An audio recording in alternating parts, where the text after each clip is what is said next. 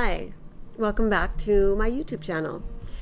If you're watching this, it's October 1st, and I'm filming for the first time from my new home in Panama.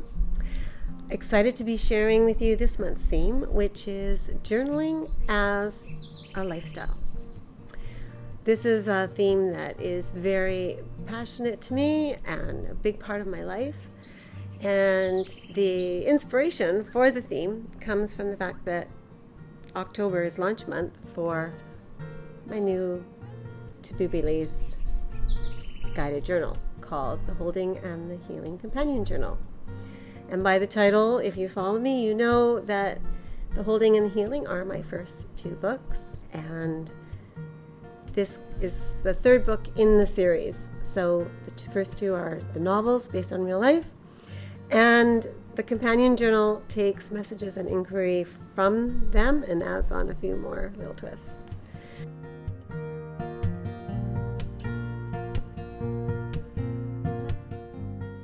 So today I'm so excited to be able to introduce my huge following to my guest, Lyndi Allison.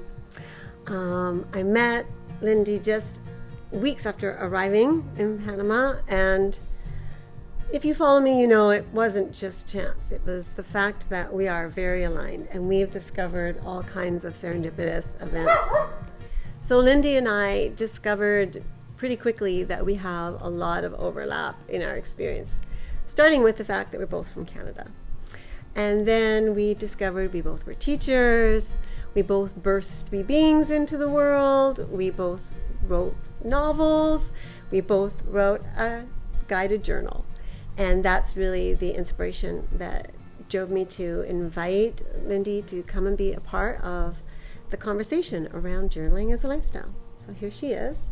And without further ado, I'm going to invite Lyndi to tell you a little bit more about what she has to share, what her offerings are, and her journal, Creative Constellations. Thank you for inviting me. I appreciate the opportunity to share and to have a little discussion around our like-mindedness in many ways. The inspiration for my journal actually comes from one of my characters. I wrote a young adult science fiction trilogy, and my main character, Gloria, is a young woman, a young lady who is grieving the loss of her father. And as part of her healing process, Gloria journals.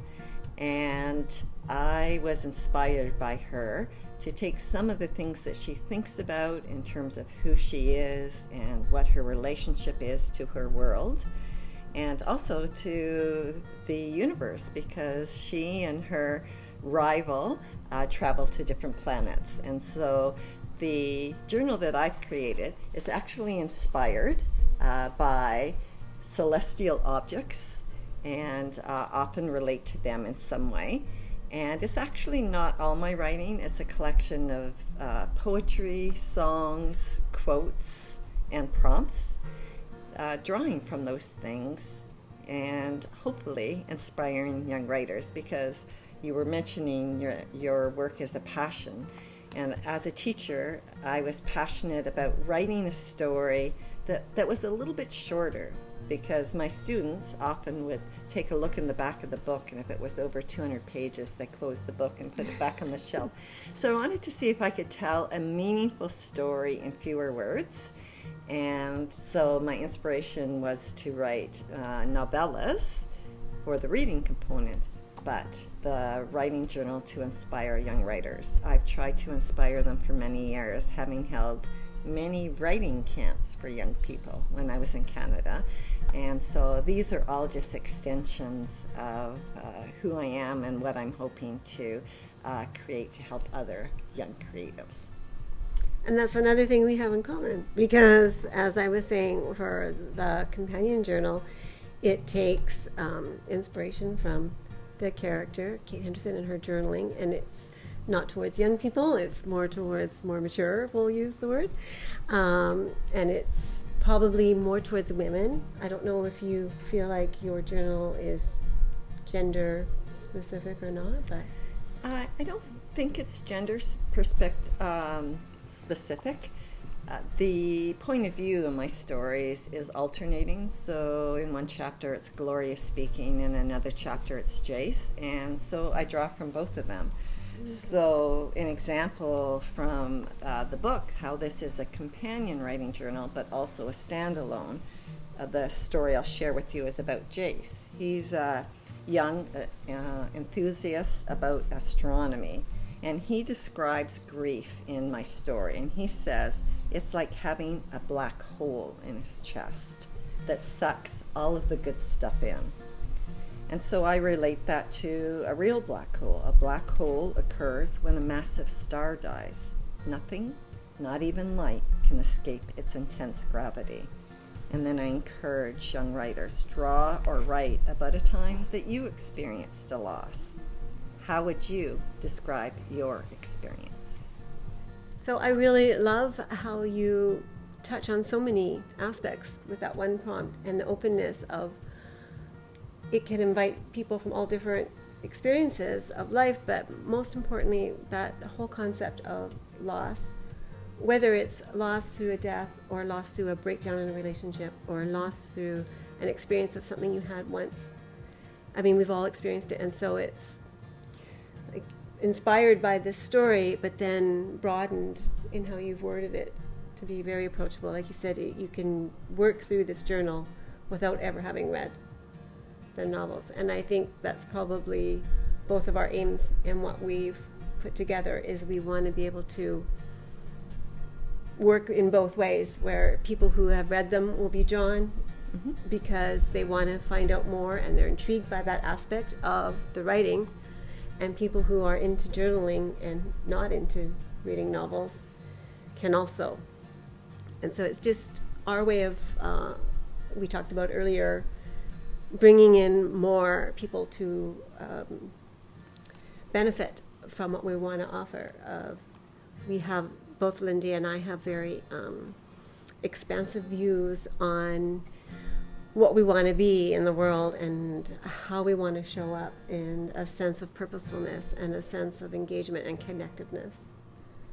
Yes, and I found that very true of your journal. One of your prompts to, write about where you're at spiritually and what you consider spirituality is a question that I was having. So when I saw your prompt, it was something that I noted down that I would like to write to. And again, right, it is going to be a spirituality that I'm exploring right now. It is more an opening up from having an outdoor lifestyle. So being able to walk the beach, being able to walk in the mountains, and being at the top of a mountain and just, looking at views from miles and miles away and getting, just infilled with a sense of gratitude.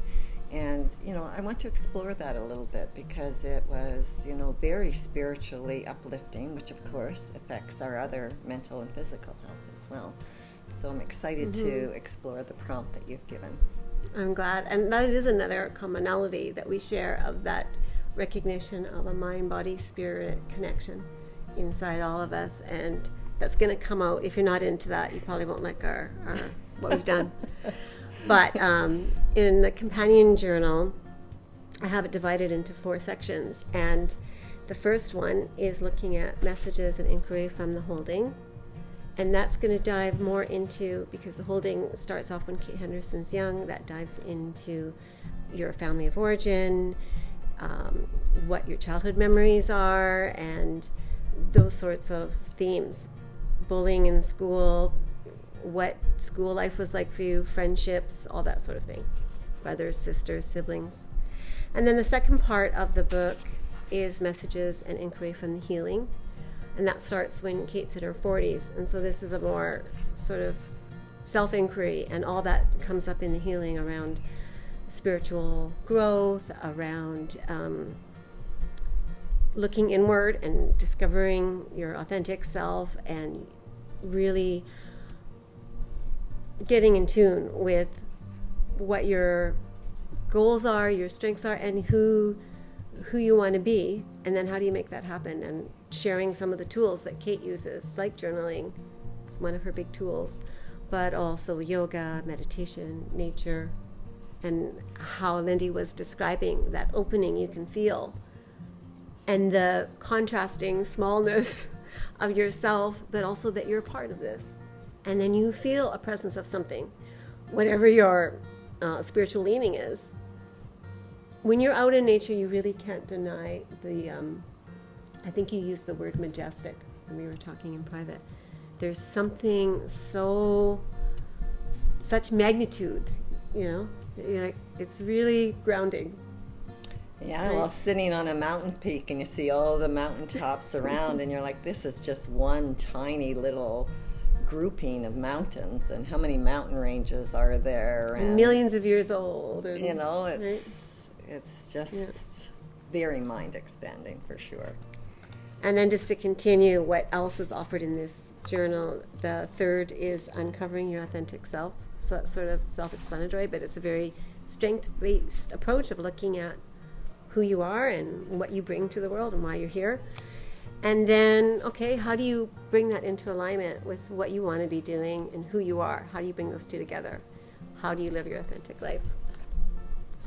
And you were sharing one about the black hole. Can you share another example of a part in your journal that you're interested in? Yes, now mine's not as formally in the categories that you have, but there are some similarities, and it does start with who you are, and that's why I shared the idea of Jace and his loss, because that's part of who he's become, because he's had that experience. And then I move on to talk about, who is in your solar system, and what are those kinds of people like, and who do you want to attract to your solar system, and what are your bigger ideas, when you move out towards your galaxy or universe, what do those look like?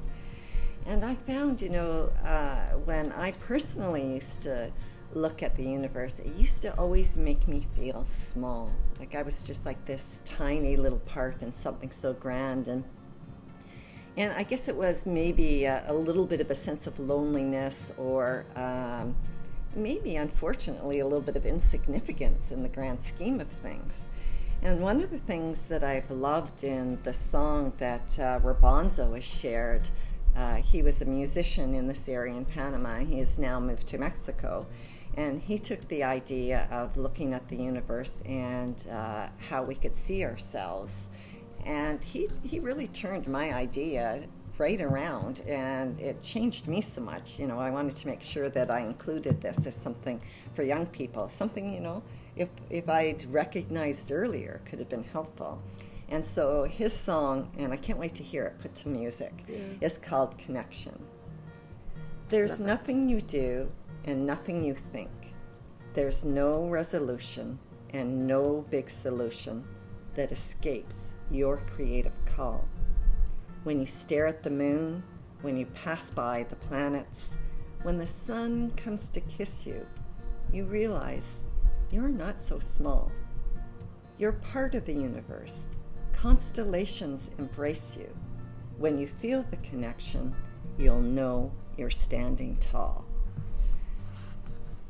And from the first time I heard it, I was just like, this makes so much sense, right? It just rings so true. And it was a correcting misbelief that I had. And I know, you are very much about prompting writers in your journal to look at, what are those limiting beliefs? And so I grew, and, it's something I hope it inspires others to grow and see how they can see themselves in the grander scheme of things. Yeah, we talked earlier about the contrasts and how you are insignificant in some ways in that big picture, and yet you're so important because there's only one you. And there is a reason for everything. And we both talked about how we kind of came to that awareness later in life. And I'm really excited by the idea of Lyndi reaching out to younger people, recognizing through her work as a teacher that they can absolutely do this level of inquiry. They can absolutely tune into who they are. They do know. We are born knowing who we are, and we actually kind of lose sight of that along the way. So I'm really excited that this is available and out there, and I'm encouraging you to share the word, spread the word. And if you have people in your life who have young people, or you work with young people, consider checking out Creative Constellations and providing someone with another tool to uncover why they're here. Well, thank you. I appreciate that. And, that's why I think Miriam Rice's contribution to the journal is so important, because Miriam published her first book of poetry at 16 called The Tide. And she actually, in the journal, shares a picture of what her writing looks like in her journal.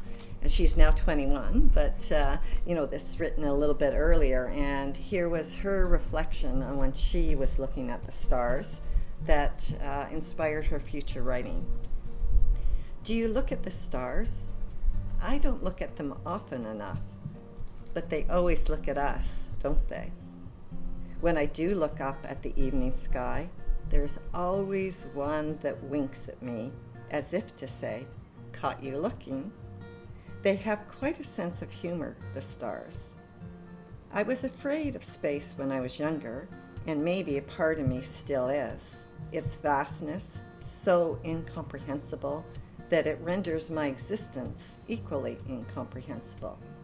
Perhaps it's part of the human condition to fear that which is beyond our ability to rationalize or domesticate with the dog color of science what comfort there is in the illusion of name tags and obedience. But despite this fear, tonight I hold the star's gaze, and it is warm and familiar, and most of all, steady. And you address this area of fear too, I hope, in including this, it will help young writers, realize it's something we all contend with, right? Oh, this is a beautiful testament to exactly what we were just saying about how young people have that depth and richness, and it's just not always acknowledged or invited. And so here's an opportunity, and you're sharing that this is a real person. It's not a fiction created from Lyndi's imagination, like her characters. This is an excerpt from a person. So you've done a really interesting way of bringing together a lot of different influences into this. Yeah, the opportunity to, a couple of the contributors were teachers as well. So, they've already embraced this idea. There was a range of contributors from newer writers to people who've been writing for a while. And it's all a part of demonstrating, where right from where we're at, and there's a process involved. And isn't it wonderful, like when other writers, like what you are doing in your journal, are inspiring other people to write and to know the benefit that we've known, and that comes with a lot of things, healing and courage and overcoming and all of those things who have made us the people we are now. Exactly, and I know that we talked about this on a different visit around how not everyone is drawn to writing. But even if you aren't drawn to writing, I know you say in some of those you could draw, but even just stopping to think about some of these questions, you could have a conversation. You could use these books as conversation pieces with someone who you trust, who you want to enrich your relationship with them as well, and just go back and forth, sort of like we're doing right now, and your experience, mine, and how they come together and how they're different, how we learn from our differences and how we grow in our similarities. And I'm excited to consider something in the future where there's more of that collaboration and bringing together. Because with my book, this is just me and all my stuff, which, there's value in that as well. There's value in everything. Absolutely. But I like this idea of bringing in other influences and even doing more YouTube conversations instead of just me talking about what's going on with my life, broadening it. Well, even if, say someone was to take a prompt from your journal, I really believe in Pat Schneider's idea of sometimes we write on the air, and that might be, us storytelling about how our day went. But in terms of your prompts, one of your prompts was about, exploring your spirituality. And, when I'm beach walking, the waves are coming in, and there's the sound of the waves and the smell and the sand on your feet, and you can just take those moments to explore them. So one of the ways I would do that, and it's not in writing, is, when the waves come in, I tell the wave what my concern is. And then when the wave goes out, I imagine my concern being taken away. And then when the next wave comes in, I imagine it bringing me a solution. And, it's a way of being connected to our world and our universe, prompted by such thinking that you've written, but not necessarily a response in writing. But I can sure tell you, when you come off that beach, right, those concerns have gone away, and there's a new openness to, what solution can come into your situation, instead of being shut off from that because you have concerns. Yeah. And not surprising, here's another, just found out now, similarity.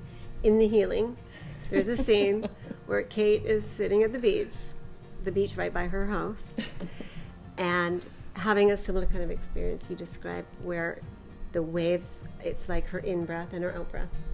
And with the in, she breathes in her strength and her capability and her resilience, and with the out, she breathes out her fears and her worries and the heaviness of some of the things that are going on in her relationships.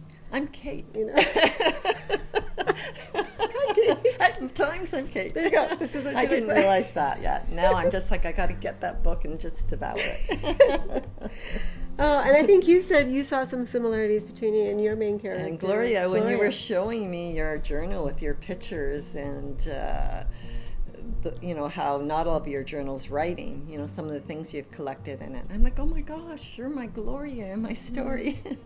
That's right, I forgot. So you missed out. Maybe I'll think about it another day, but I was going to share with you my whole big journaling process and ask you to share that as well. But maybe stay tuned for that to come in the future.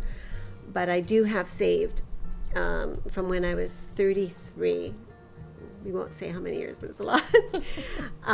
My first delving into an authenticity type of experience was a journal that, how you're describing with your character, had photos, it had drawings, it had words, but it wasn't the typical journal that you think of and what we're both bringing out into the world right now, that's a mainly written response, because we're writers, and so that's what we do. But both of us do journal regularly as a part of our real life practice, and mine is a little more formal and everyday, but yours is also a regular commitment that you use as needed, I think you described. Yeah, and when I have kind of interrupted or stilted things occurring in my relationships or dialogue, or even when I'm writing, I know that that's an indicator it's time to journal. I've got some things that are churning in me that I either need to work out or at least express. It might be something, really positive and creative that I really need to put to the page. And that frees me up both personally and in my other writing. Keeps the other writing happening. And writing begets writing. Putting the pen to the page opens up other opportunities for other writing as well. It gets rid of all the stuff, like you said, that's in your way, and opens up. I think I used the word angst. Yeah, I think you did. Because once in a while something happens in our life that might make us a little angsty, shall we say. Yeah, oft. And that was something that I was going through the journal trying to choose a favorite, and that seemed impossible, but I kind of honed in on one that's during the section on the healing inquiry that's from Kate's experience. And it's when she's just moved to Vancouver Island and she's feeling excited and curious, not angst, even though she does feel that as well. But in this particular moment, she's wondering what is going to lie ahead, what is she going to discover, what's going to unfold. And I ask, in conjunction with that, to the reader to consider, what are you curious about in your life? What do you imagine your future will hold that you feel excited about? And then identify steps that you could take right now to come closer to that becoming a reality. And why I chose that one to share is I think it highlights well exactly what Lyndi has just been describing, where there is a invitation to the reader, to the writer, to imagine, to be curious and just okay, accepting that whatever comes up, however uncomfortable, upsetting, grieving, joyous, whatever it is, it's all part of the process. And you can do this. And especially encouraging young people, but I think all of us need that reminder that you're strong enough to live your life fully. And if you don't deal with those things, if you tuck them away, they usually pop up as problems. And it might be a physical illness, it could be a mental disruption, it could be a spiritual breakdown. And it can feel so, you feel fear because it's so sticky and uncomfortable. And debilitating. But once you move through it, there's a freedom and a lightness of like, oh, I'm still here. Yes. And I'm lighter. And look at me now. I'm fine. Yeah, exactly. Yeah. So, are there any other favorite passages that you would like to share from your journal today? You know, I end off the journal with just a few thoughts of my own. I contributed a couple of the poems. For me, stargazing has a way of helping me to understand things, and it's very difficult to articulate that. And I think it's similar when you're in nature or beach walking, like we were talking. So this is what I wrote in my relationship to stargazing. And because I'm a teacher, I start with a kind of a definition it's sort of a poem, sort of not. It's called Stargaze. Watch stars appear in a dark sky, one by one, and in groupings called constellations. Locate 88 dot-to-dot light pictures drawn by astronomers. Draw new lines between night suns. Create images as you picture them. Write their stories. Stars and constellations won't tell you who you will meet, where you will go, or what you will do. You tell the stars who you are, and as you gaze on them, they'll sparkle, delighted to see you shine. Thank you. And, it's drawn from the first title of my book is called The Lines Between Our Stars. And Gloria, as an artist, asked the question, who determines who the constellations are? And can we draw our own pictures in the sky and write stories that share meaning with others that help them to feel these same things of significance and a part of it? Well, that seems like a beautiful place to end. It really kind of brings together in a nice summary what we're doing with our lives, what we're up to. And before we sign off, I wondered, Lyndi, if you would let viewers know how to find out more about and tell them a little bit more about all the many offerings you have. Well, my husband and I moved to Panama. He moved here because it's hot, and I moved here because I wanted to create a space for people to come here and write. So I offer writing workshops in my barrio, in my backyard, and also in Panama's natural spaces. So a short hike to a waterfall or a mountain peak, and so that other people can have that infilling and that refreshment that inspires their writing.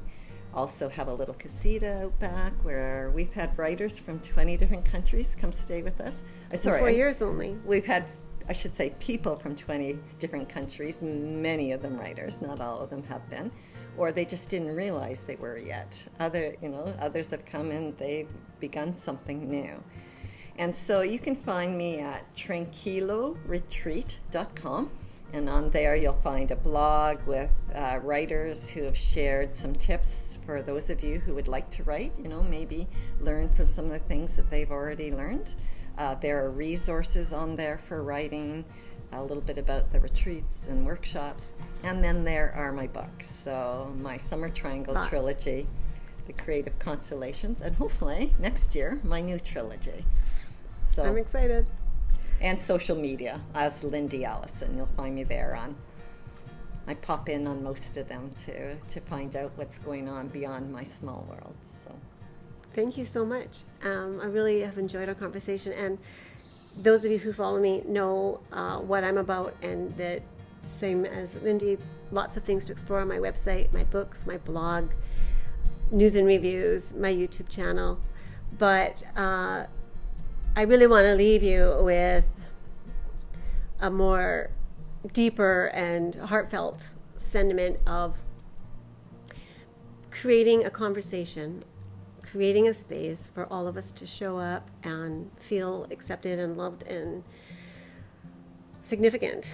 And so in that vein, thank you so much for taking time out of your day to join us. And I hope you will continue to check in and follow what we're up to and share what you're up to and what's going on in your life and what kind of concerns you have or you would like us to talk about. So thanks again for tuning in. Stay well and see you next time. Books are available online at Amazon, Chapters Indigo, or at Barnes & Noble. Or you can head on over to my website, www.lindafayeschmidt.com. Click on My Books in the menu bar, and all the buttons are right there.